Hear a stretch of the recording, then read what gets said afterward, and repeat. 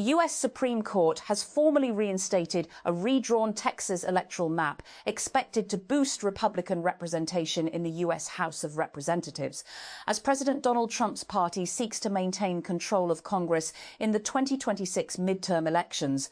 The ruling, issued on Monday, split along ideological lines, with the court's 6 conservative justices in the majority and the 3 liberal justices dissenting.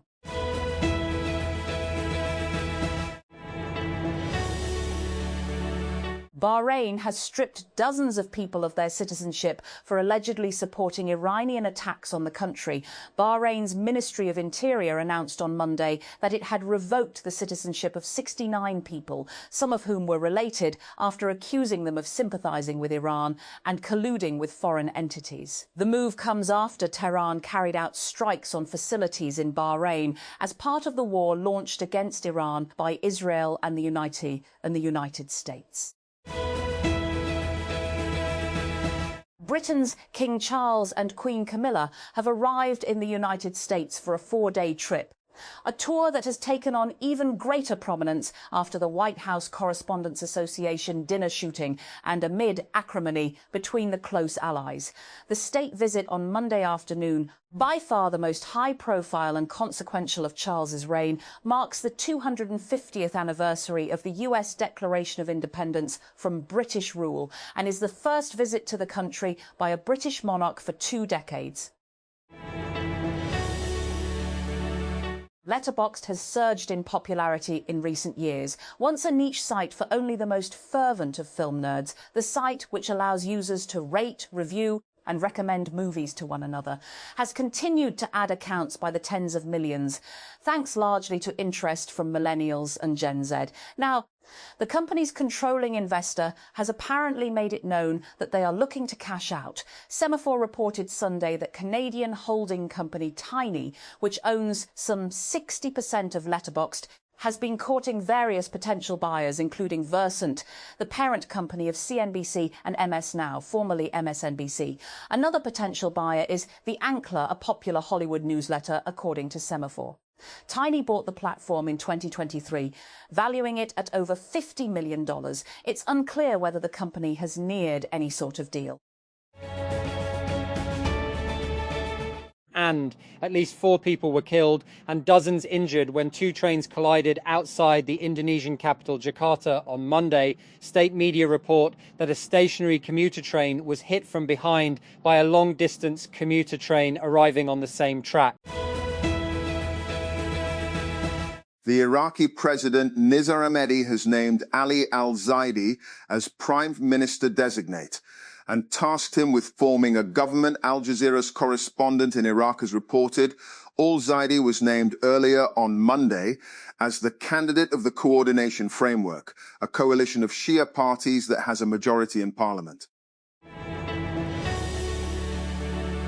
Thousands of people remain detained in poor conditions by the paramilitary Rapid Support Forces, RSF, in El Fasher in western Sudan. According to a local NGO, the Sudan Doctors Network said on Monday that 20 doctors, more than 1,470 civilians and 907 military personnel are being held in dire conditions in multiple detention facilities in the city.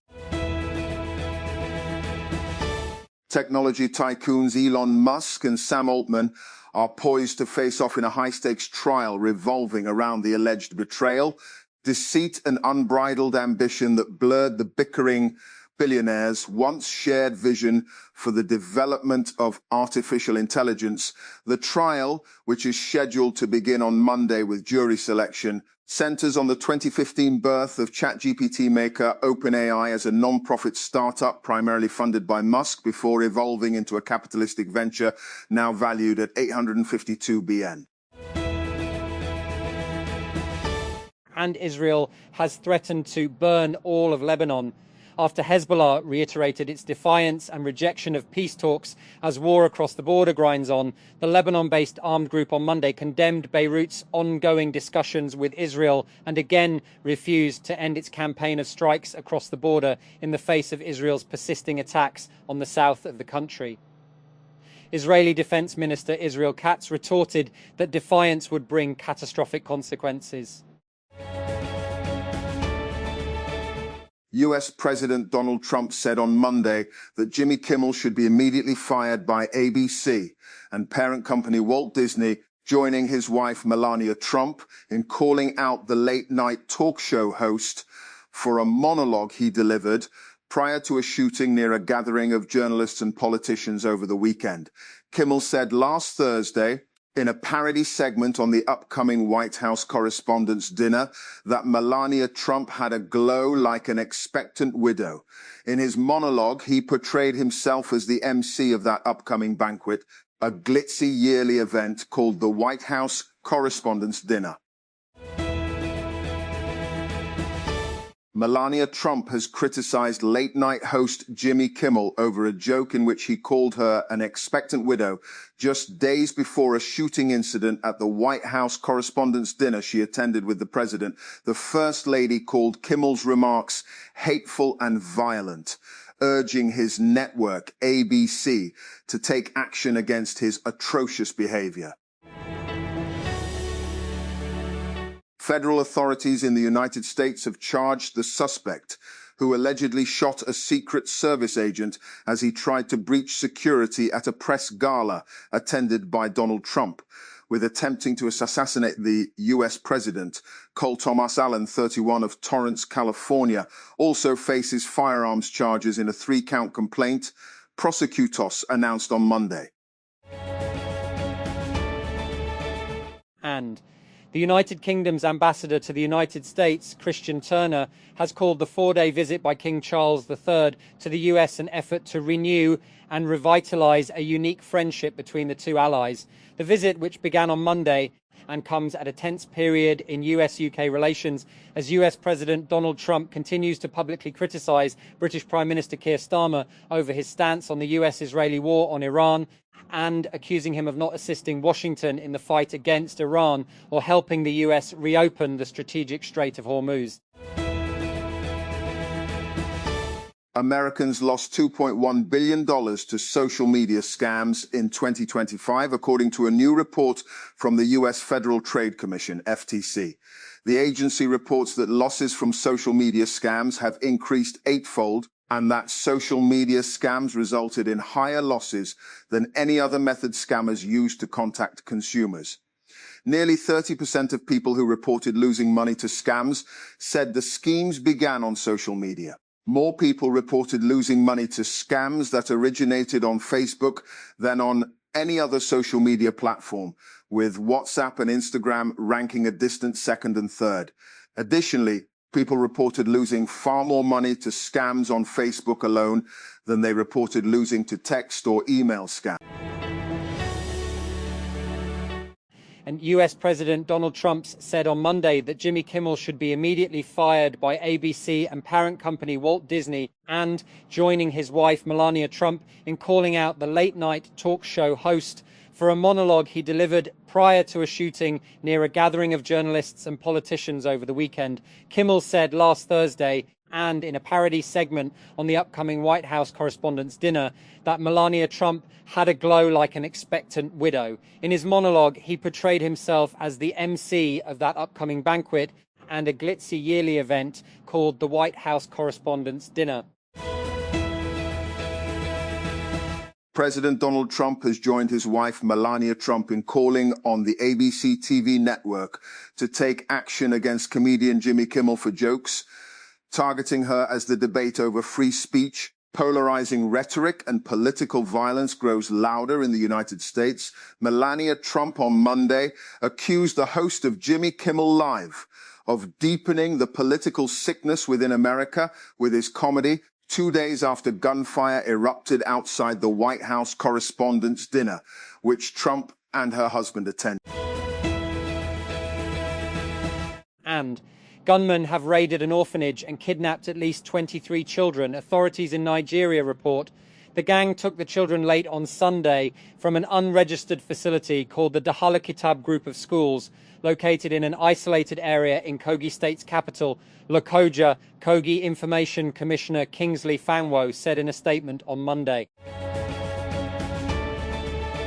And Pakistan and Afghanistan have accused one another of launching new cross-border attacks.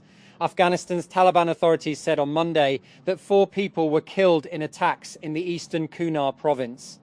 Pakistani officials reported at least 3 civilians were injured by gunfire in South Waziristan.